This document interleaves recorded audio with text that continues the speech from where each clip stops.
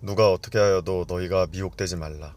먼저 배교하는 일이 있고 저 불법의 사람 곧 멸망의 아들이 나타나기 전에는 그날이 이르지 아니하리니. 우리는 지금 말세에 대한 예언이 성취되는 시대에 살고 있습니다. 먼저 배교하는 일이 있을 것이라고 하셨는데 지금 이미 전 세계적으로 배교의 흐름이 교회의 주류가 된 것을 볼 수가 있죠. 이것을 반대하는 목소리는 이미 소수가 되어버리고 말았습니다. 지난 속가탄신일에 청계천에서 열렸던 WCC 반대 집회에 다녀왔는데요. 거기 연사로 나오셨던 한 대형 교단의 원로 목사님이 일전에 WCC를 반대하는 신문 광고를 했다가 고발을 당해서 한 6개월 동안 검찰에 불려다니면서 고생을 했다고 합니다. 그러다 결국 그 고발한 교단 총회에 참석해서 공개 사과하고 사건을 종결지었다. 그런 이야기입니다. 우리는 지금 선과 악이 뒤바뀐 시대를 살고 있습니다. 데이비드 윌커슨 목사님은 모든 참된 교회는 지하교회가 될 것이다 라는 예언을 했었는데요. 우리나라에서도 이제 곧 그런 일이 벌어질 것 같습니다. 기독교 신앙을 위협하는 법안들이 계속 발의되고 있는데요. 얼마 전에도 김부겸 의원이 혐오 표현 금지법이라는 것을 발의했다가 극심한 반대로 저지된 일이 있었죠. 그렇지만 빠르면 1, 2년 안에 아니면 아무리 늦어도 1, 20년 안에는 그런 법안이 통과되게 될 것이라는 것입니다. 혐오 표현 금지법이 통과되면 신천지를 이단이라고 하면 혐오 표현으로 처벌을 받게 되는 것입니다. 동성애를 죄라고 하면 혐오 표현으로 처벌을 받는 것입니다. 이제 얼마 후가 되면 대한민국의 목사는 전부 벙어리가 되든지 아니면 계속해서 진리를 외치다가 벌금형을 받고 결국 감옥에 가게 되는 그런 일이 벌어지게 된다는 것입니다. 이것은 먼 미래의 이야기가 아닙니다. 보시는 표는 올해 한 3월 정도부터 한 5월까지 약 3개월 동안 문제의 소지가 있을 수 있는 법안들을 한번 정리해 본 것인데요. 주로 국가인권위를 강화한다거나 젠더 평등에 대한 이야기, 또는 학교에서 젠더 교육을 시키자, 또는 군대 내에서 성추행범에 대해서 가해자에 대한 처벌은 강화하지 말고 이것은 비밀을 보호해주자, 그런 법안들입니다. 더불어민주당 의원들이 그야말로 이런 법안들을 쏟아내고 있습니다. 우리 기독교인들이 이것을 다 저지할 수는 없습니다. 언젠가는 여야 야합에 의해서 무더기로 날치기 통과되는 날이 오게 될 것입니다.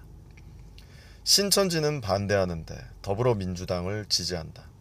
동성애는 반대하는데 더불어민주당은 지지한다. 라고 하는 크리스천들이 많이 있죠.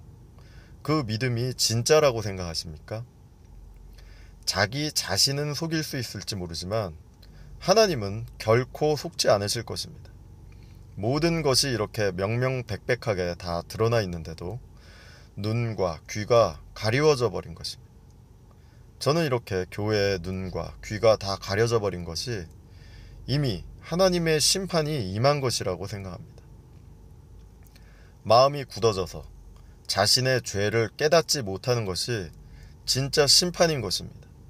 그렇게 멸망하도록 놔두는 것이 진짜 심판이라는 것입니다. 그것이 또한 현재 우리 국민들의 상태입니다. 말세에 666표가 나온다고 하죠. 일부 사람들이 주장하는 것처럼 그것이 무슨 칩이 될지 아니면 어떤 형태가 될지는 아무도 모르는 일입니다. 그러나 핵심은 그 표를 받지 않으면 매매를 못하게 된다는 것입니다. 서서히 사회가 바뀌면서 기술이 발전하고 화폐 시스템이 완전히 전산화가 되든지 또는 어떤 사회적인 변화로 인해서 표를 받지 않으면 매매를 못하게 되는 날이 오게 된다는 것입니다. 그렇게 서서히 바뀌는 과정에서 믿음을 지키려고 하는 사람들은 모든 사람들로부터 조롱과 치욕을 당하고 많은 핍박과 고난을 받게 될 것입니다. 사람을 두려워하는 사람들과 사람의 인정을 구하는 사람들부터 믿음을 잃어버리게 될 것입니다. 지금은 믿음을 지키고 있는 많은 사람들도 고난이 심해지면 믿음에서 떠나게 되는 일이 있을 것입니다. 그런데 별 고난이 없는 지금도 세상과 타협해서 WCC 참여 교단을 떠나지 못하는 그런 사람들이 말세에 갑자기 666표를 거부하고 매매도 못하게 되는 그런 고난을 감수하기로 결단하는 일이 있을 수가 있을까요? 다섯째 인을 떼실 때 내가 보니 하나님의 말씀과 그들이 가진 증거로 말미암아 죽임을 당한 영혼들이 제단 아래에 있어 큰 소리로 불러 이르되 거룩하고 참되신 대주제여 땅에 거하는 자들을 심판하여 우리 피를 갚아주지 아니하시기를 어느 때까지 하시려 하나이까 하니 각각 그들에게 흰 두루마기를 주시며 이르시되 아직 잠시 동안 쉬되 그들의 동무 종들과 형제들도 자기처럼 죽임을 당하여 그 수가 차기까지 하라 하시더라. 이 말씀에서는 순교당한 영혼들이 예수님께 신원하는 장면이 나오는데요. 예수님은 그 신원을 거절하십니다. 땅에 있는 성도들도 죽임을 당해서 순교자의 수를 채워야 한다고 말씀하시는 것입니다. 여러분은 주님의 재림을 기다리십니까? 그렇다면 다가올 환난을 두려워해서는 안 됩니다. 차별금지법 같은 것은 시작에 불과할 것입니다. 배교의 물결은 더 거세어져서 앞으로 참교회는 모두 핍박을 받게 되는 날이 오게 된다는 것입니다. 그것이 하나님의 말씀입니다. 고난을 싫어하는 우리의 부패한 본성은 인정하기 싫어하지만 그것이 하나님의 계획이라는 것입니다. 순교자의 수를 채울 때까지 고난은 점점 더 심해질 것입니다.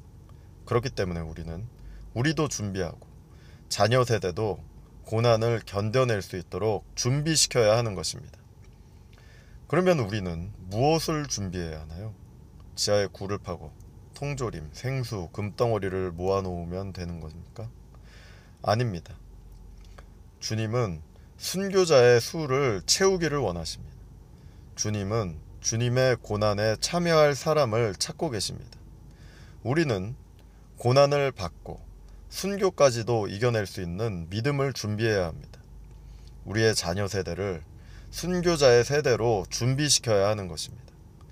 환난을 이겨낼 수 있는 굳건한 믿음을 달라고 주님께 구해야 합니다. 자녀들에게 환난을 이겨낼 수 있는 굳건한 믿음을 달라고 주님께 간구하시기 바랍니다.